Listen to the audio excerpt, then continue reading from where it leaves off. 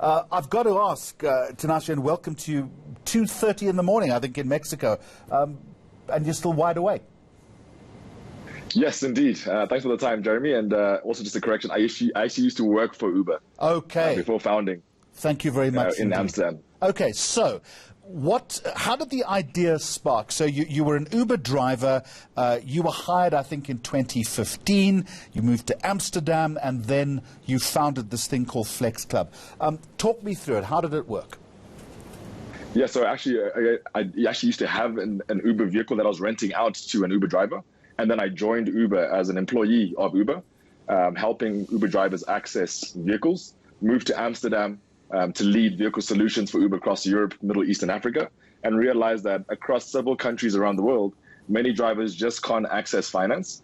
And in many of these countries, the informal market had really come to their aid. And I figured that there was a better way to do that, and left Uber last year together with my two other co-founders, and we started Flexclub. Great entrepreneurship is about two things, I would suggest. One is seeing the gap, and the other, obviously, is to have the appetite for risk. Let's talk about the gap first. How did you see that opportunity? When did it come to you? Yeah, so it came to me when I realized that the problems I was familiar with in South Africa, where more than 70% of drivers couldn't access finance, so couldn't walk into a bank and apply for an installment sale agreement, realizing that that wasn't unique to South Africa, it wasn't unique to Africa, it was a problem that was persistent across multiple emerging markets. And then realized that in many of these countries, individuals were stepping up to help these drivers, but the way they were stepping up was maybe charging them an excessive rental rate. So we realized we could come in the middle and bring some formality to how this ecosystem was evolving. And then the execution of the idea. It's all well and good to have ideas. People have them all the time. But it's the ability to take that concept and then turn it into a business reality. In the beginning then, Tinashe, how difficult was it? Yeah, incredibly difficult. I think we didn't know what we didn't know. So, a lot of experimentation until we got to this point where we now have validation that our core product, which we call Drive to Buy, is something that resonates with Uber drivers, both in South Africa and in Mexico. The idea that they can rent a car and then eventually buy the car when it becomes affordable for them. While on the other side of this equation, we have vehicle owners who are happy to earn passive income, who have no interest in being fleet managers, and rather just rent that vehicle out to us and let us take care of the rest. So learning that and getting to the right product was incredible experience. So once you acknowledged that there was an idea, how did you take the idea to market? In other words, how did you start telling people about it? How did you start marketing it? Yeah, so I think we were fortunate to have a partnership with Uber, so that ultimately allowed us to reach their community. Naturally, we were ex-Uber employees ourselves. The other piece was actually raising capital. So we raised capital from multiple investors around the world, including the US, so venture capital in the US, investors across South Africa, Israel, Dubai, and Hong Kong, to basically fund our business and get us cracking. So the communique that I'm looking at says that you currently have over 400 registered vehicles on the platform. Correct me if I'm wrong, that figure might have increased. But what you're hoping to do, what I'm hearing from you, is that you want to have thousands of vehicles registered globally over time. In other words, you want to grow as quickly as you possibly can. How are you going to do that? Yeah, so the opportunity is quite large across multiple countries. There are more than 4 million drivers that use the Uber app every single week to earn a living around the world, 12,000 of which are sitting in South Africa.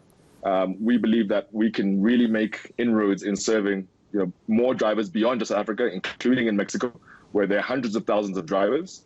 And that's how we plan to grow across both the African continent, Latin America, and Southeast Asia. Tinashe, what sort of checks and balances are there to make sure that the car that you are taking over and using is of a reasonable quality? I mean, I presume all of that must be taken care of. Absolutely. So we have a fleet team that inspects every vehicle that's onboarded onto our platform. We continue to check the safety of every vehicle every 2 weeks to ensure the safety of the driver. So our team is a group of experts in the fleet space that understand how to maintain condition of a vehicle and ensure that it's in the right condition for our customers. Now, I want you to explain the economics of this to me. Again, correct me if I've got the figures incorrect, but if I'm renting my vehicle to you, I will get paid something in the region of 4,500 Rand a month. But I also read that you would then pay the owners directly, even if the driver is not making a lot of money in that particular month. They still guaranteed the money. How does that work? Yes, so through our partnership with Uber, we're able to assess which drivers can actually afford these vehicles. So we take the risk using that data through a direct integration with Uber. That gives us confidence that we can pay owners 4,500 Rand for 3 years per month. And then at the end of that all, basically buy the vehicle from the owner as well, in the region of 30,000 Rand that would buy that vehicle from the owner, and then sell that to the driver at exactly the same price. So we have enough confidence in our ability to select drivers that can comfortably afford that rental rate. Which leads me on to the next question then. How do you assess the earning potential of that particular driver? What tests would you run in that respect? Yeah, so our technology has a direct integration with Uber, so we can assess things like their earnings history, their ratings, how often they drive on Uber, to then determine whether or not they can actually afford the vehicle. And that's all automated. And once we've approved that, they're able to access one of our vehicles. What about insurance and maintenance cost? Yeah, so insurance and maintenance is covered by us. So the owner is completely passive. Once the owner rents out their vehicle to us, we then add on, our insurance cover, our maintenance cover, our operational support, before pricing out the rental to the driver. A question that I often ask of entrepreneurs that I talk to is, what mistakes have you made in the journey so far? What would you do differently? Yes, I think we definitely were quite ambitious in how quickly we could scale into a new market, Mexico being our first international market. And I think we've also learned that some of our aspirations maybe need to be tamed. And naturally, as a young startup, we're quite aggressive with our goals and ambitions. But we definitely have a healthy dose of patience now, especially as we think about scale and growth more long term, beyond Guadalajara, which is the city we're in Mexico, other Mexican cities, and then beyond that, Latin America at large. So you're in Mexico on business right now. What's after Mexico? Where do you go next? I think Mexico presents a massive opportunity. Like I mentioned, hundreds of thousands of drivers relative to South Africa, which only has 12,000 drivers.